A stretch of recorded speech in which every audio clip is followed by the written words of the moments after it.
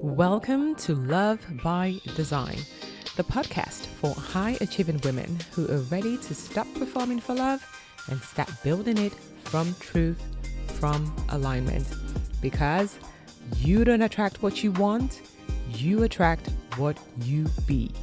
Let's begin. Welcome to Love by Design. This is Joan. So today is the final episode of the Discernment Series. And I want to end here with what I believe is one of the hardest things discernment ever asks of us.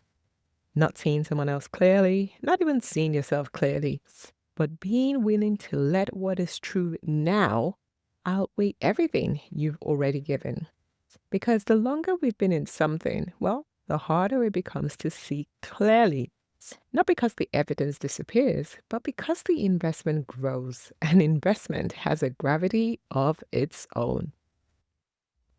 We're wired to justify what we've already put in. This could be time, energy, love, hope, plans, identity. The more we've invested, the more the mind works to make that investment mean something about the future.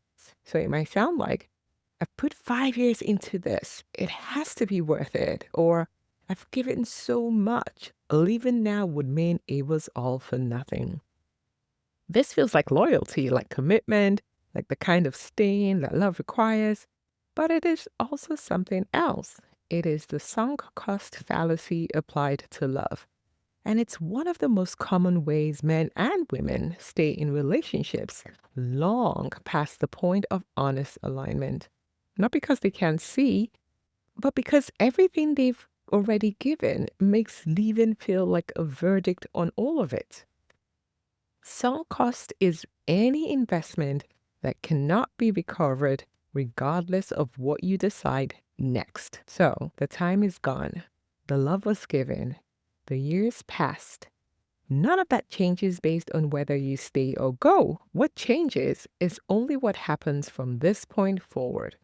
Staying in a relationship to justify past investment does not recover the investment. It simply adds to it. And when you stay past the point of honest alignment, you're not honoring what you gave. You are compounding the cost. That is a hard truth, and it is worth sitting with.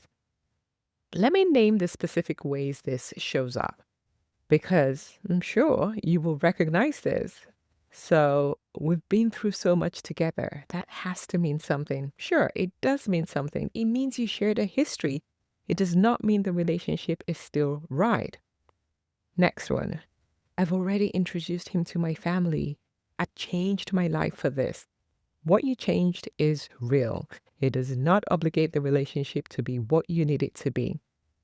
Another one. I'm too old to start again. Sure. For women and men in this audience who are over 50, fully built, carrying years of this, I want to speak to this one directly. Age is not a reason to stay in misalignment. It is a reason to be more discerning about where you invest next. You do not have less time to waste. You have more clarity about what wasting it costs. Another one, I know him better than anyone. That intimacy is too valuable to walk away from.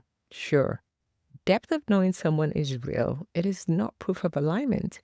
You can know someone completely and still not be able to build a future together. Every one of these sounds reasonable. True. Every one of them is past investment masquerading as present evidence. Here is what makes this the hardest episode in this series. Releasing past investment requires grieving. Not just what happened, but what you believed would happen. The future you planned, the version of the relationship you were working towards, the life you imagined from inside this connection. That grief is real, and it is not small, and it deserves to be honored. But grief and wisdom are not the same thing. You can grieve something deeply and still see it clearly that it needs to end. You can mourn what you believed was coming and still choose to stop waiting for it. Grief does not mean you were wrong to invest. It means you are honest enough to acknowledge what is actually true now. And that honesty even when it hurts, it's one of the most important things discernment ever asks of you. So, what does discernment actually ask about the past? One thing. What does it tell me about now? Not what did I invest, not what did I hope this will become, but what is actually true today? Is this relationship growing or is it maintaining? Is this person showing up in alignment with who I am becoming? Is the present reality of this connection one I would choose if I were starting fresh? Without the history, without the investment, without everything I've given shaping what I'm willing to see. That question is one of the most clarifying available. So if the answer is yes, you have something real. Stay, build, choose it consciously. But if the answer is no, that is present reality speaking, and present reality must be given more authority than past investment, not because the past doesn't matter, but because the past cannot tell you what to do next. Only the present can do that. There's a distinction that I want to make clear. Honoring what a relationship was and protecting a decision that no longer serves you. These are not the same thing. Honoring says, this mattered. I grew here. What was true between us was real. Protecting says, I cannot acknowledge that this is over because that would mean admitting I was wrong. Honoring allows endings. It makes space for grief and gratitude at the same time. Protecting prevents endings. It keeps you inside something that has already completed because completing it feels like failure. Protecting an old decision at the expense of present reality does not honor the decision. It simply compounds it. One of the fears beneath sunk cost thinking is this. If I leave, then I have to start again. And starting again feels like going back to zero.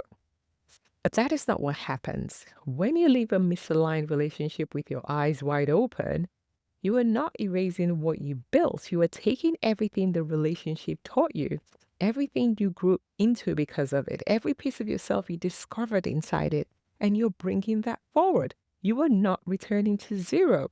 You are arriving somewhere new with more wisdom, more clarity, and more discernment than you ever had before.